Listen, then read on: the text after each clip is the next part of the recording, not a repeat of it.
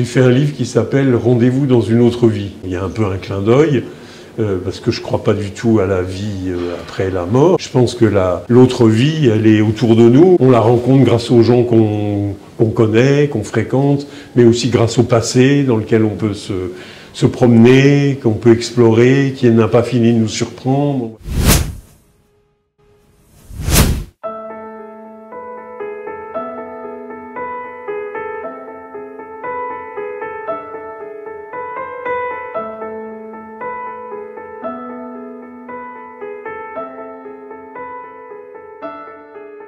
C'est un lieu dans lequel j'aime venir parce que c'est un lieu méconnu, c'est un lieu souvent peu fréquenté. C'est un lieu qui me surprend, une sensualité très grande dans ces lieux. Ce qui me plaît beaucoup, c'est le côté réplique, c'est le côté copie. C'est un espèce de musée imaginaire. Tout le Moyen-Âge, la Renaissance, et je suis ébloui par la perfection technique de ceux qui ont fait ces reproductions. C'est formidable, on a tout côte à côte d'une certaine façon. C'est un lieu improbable en réalité, c'est un lieu très documenté et c'est en même temps un lieu fictif parce que ça n'existe pas ce lieu-là, ce musée-là, ça n'existe pas.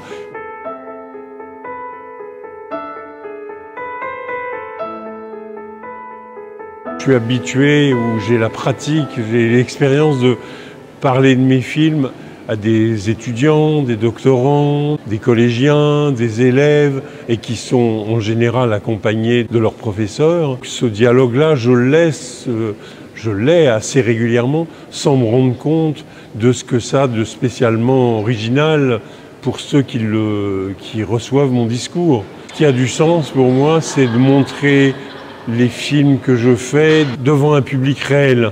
Je fais des films qui sont vus, je pense à ceux à qui je destine mes films, mais ça ne veut pas dire pour autant que je sais qui les regarde. Il y a certains films, on m'en parle 10 ans, 20 ans, 30 ans après. Je mets un point d'honneur, quel que soit le film que je fais, premièrement, à ne faire que les films que je tiens à faire. J'ai besoin du contact, de sentir l'émotion, de sentir l'inquiétude, le frisson de la salle de spectacle, le montrer à des enseignants ou à d'autres corporations liées à l'enseignement.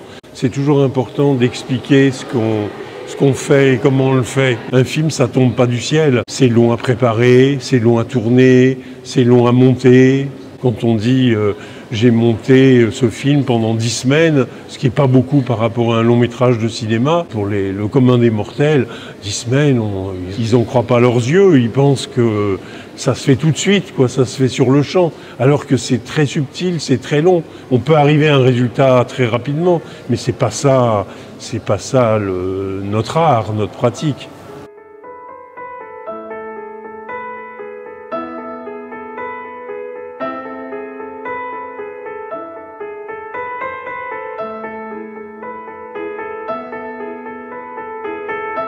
Justement, grâce au cinéma, grâce au film, je me suis mis à explorer les salles de cinéma et à en rapporter mon regard sur des films. Faire un film, ça oblige à ne pas chercher à être exhaustif, à ne pas vouloir tout dire.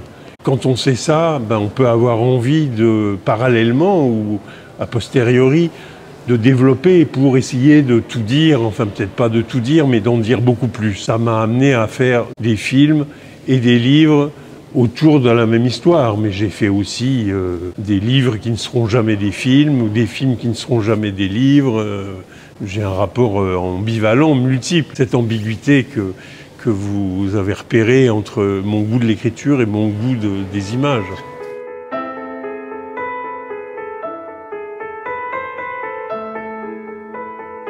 Il n'y a pas très longtemps, j'ai participé à une série de tables rondes organisées par la Maison des écrivains et de la littérature. Le thème cette année, c'était la transmission. La personne qui avait un regard tout à fait affûté sur ce que j'ai fait m'a posé cette question. Et je lui ai répondu d'instinct, la transmission, d'une certaine façon, ça ne me parlait pas. Bien sûr que je transmets des choses. Comme quand on a des enfants, on leur transmet des modèles, des valeurs, mais à notre insu. Ce qui me meut, moi, c'est de faire des choses, les choses auxquelles je crois, que j'aime, qui m'intriguent, dont je suis curieux. La question de la transmission, je ne me la pose pas frontalement. Si j'ai envie de faire un film sur les monuments aux morts de la guerre de 14, les Sentinelles de l'oubli, ça s'appelle, c'est pas pour transmettre. Un jour, je me suis mis à être très attentif à ça, parce que depuis très très longtemps, enfant, j'étais obsédé par la guerre de 14. C'est plutôt de l'obsession pour moi. Cette obsession où bien on la garde pour soi, ou bien on essaye de l'expliquer, donc de la transmettre. Il faut l'expliquer, il faut le commenter. La question de la transmission, elle ne se pose pas au tout début. Il faudrait que je passe en revue tout ce que j'ai fait pour essayer de comprendre. Je regarde mon parcours, je me dis, vu de l'extérieur, on se dit, ce gars-là, il court dans tous les sens, il est très éclectique, etc., etc.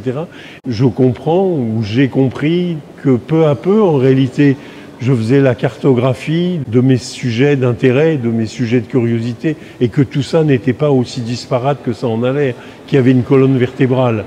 Voilà, je pense, parce que sinon je ne le ferais pas.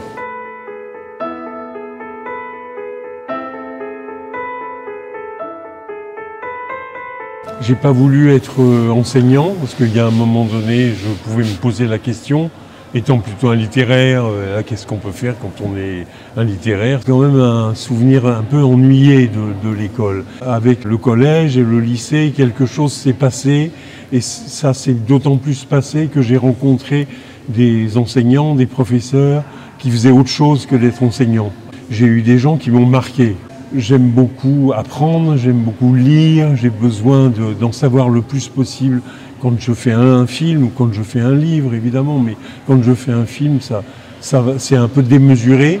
Le goût de la beauté, c'est quelque chose qu'on n'inculque pas, voilà, et que les familles ne donnent pas nécessairement. Et donc, je pense qu'elle a un rôle, enfin elle, parce que je l'incarne, cette discipline, elle a un rôle inestimable, et que heureusement qu'il y a des gens comme ça, et des gens comme ça, des personnes comme ça, qui ne font pas ça par-dessous la jambe, quoi.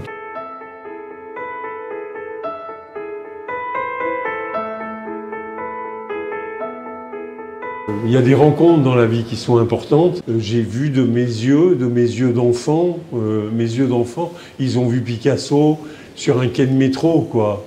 Je me souviens de son regard de braise, comme on dit, mais je m'en souviens vraiment.